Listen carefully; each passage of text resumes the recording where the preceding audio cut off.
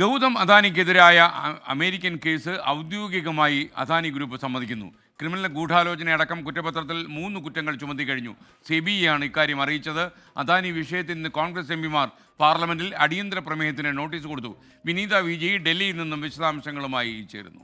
വിനീത, good morning. ചില പ്രേക്ഷകരൊക്കെ ചോദിക്കുന്നു, മണിപ്പൂരിൽ നിന്ന് വിനീത മടങ്ങിയോ എന്നൊക്കെ ചോദിക്കുന്നുണ്ട്. ഒരു 24-ന്റെ അനിതാ പ്രതാപിന്റെ വെർഷനാണെന്നൊക്കെ പറഞ്ഞു. ഈ ഒരു പ്രശംസയൊക്കെ എങ്ങനെ താങ്ങുമെന്ന്.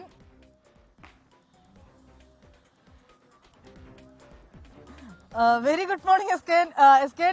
മണിപ്പൂരിൽ നിന്ന് നമ്മൾ സുരക്ഷിതമായി ഡൽഹിയിലേക്ക് എത്തിയിട്ടുണ്ട്. പക്ഷേ ഡൽഹിയിലാണുണ്ടെങ്കിലും നമുക്ക് ആ മണിപ്പൂരിലെ അപ്ഡേഷനുകൾ ഒന്നും തന്നെ യാതൊരു കുറവും ഉണ്ടാവില്ല. അതൊക്കെ നമ്മൾ ഡൽഹിയിൽ നിന്ന് വളരെ കൃത്യമായി തന്നെ നമ്മുടെ പ്രേക്ഷകരിലേക്കൊക്കെ അറിയിക്കും. എസ്കേൻ സൂചിപ്പിച്ച വാർത്തയിലേക്ക് വരികയാണെങ്കിൽ അദാനിക്കെതിരായ US കേസ് അത് ഔദ്യോഗികമായി സമ്മതിച്ചിരിക്കുകയാണ് അദാനി ഗ്രൂപ്പ്.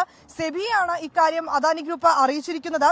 അതായത് അദാനിക്കെതിരെ കുറ്റപത്രത്തിൽ 3 കുറ്റങ്ങൾ ചുമത്തിയിട്ടുള്ളതായിട്ടാണ് ഈ വിശദീകരണത്തിൽ അദാനി ഗ്രൂപ്പ് പറയുന്നത്. അതിൽ ഈ സെക്യൂരിറ്റീസ് തട്ടിപ്പ്, ഒപ്പം തന്നെ ക്രിമിനൽ ഗൂഢാലോചന അടക്കമുള്ള 3 കുറ്റങ്ങൾ ചുമത്തിയതായും പറയുന്നുണ്ട്. പക്ഷേ അതേസമയം ഗൗതം അദാനി, സാഗർ അദാനി, വിനീത് ജെയിൻ എന്നിവർക്കെതിരെയും ഈ FCPCA കുറ്റം ഇല്ലെന്നും വിശദീകരണത്തിൽ വ്യക്തമാക്കിയിട്ടുണ്ട്. ഈ സഭയിൽ ഈ വിഷയം കൊണ്ടുവരികയും വലിയ രീതിയിൽ അത് ചർച്ചയാക്കാനും തന്നെയാണ് പ്രതിപക്ഷം മുന്നോട്ട് വയ്ക്കുന്നത്. ഇതുമായി ബന്ധപ്പെട്ടുകൊണ്ട് അടിയന്തര പ്രമേയത്തിന് കോൺഗ്രസ് എംപിമാർ നോട്ടീസ് നൽകിയിരിക്കുകയാണ്. മാണിക്യം ടാഗോറും ഒപ്പം തന്നെ രൺദീപ് സിംഗ് സുർജേവാലയുമാണ് ഈ നോട്ടീസ് നൽകിയിരിക്കുന്നത്. കഴിഞ്ഞ ആ സഭയിലും ഇക്കാര്യങ്ങൾ ചർച്ച ചെയ്യണമെന്നൊക്കെ ആവശ്യപ്പെട്ടിട്ടുണ്ടെങ്കിലും അത് ചർച്ച ചെയ്യാതെ സഭ പിരിഞ്ഞുപോയൊരു സാഹചര്യം ഉണ്ടായിരുന്നു. തുടർന്നാണ് ഇന്ന് വീണ്ടും ഈ വിഷയത്തിൽ നോട്ടീസ് നൽകിയിരിക്കുന്നത്. Okay, thank you Vineetha.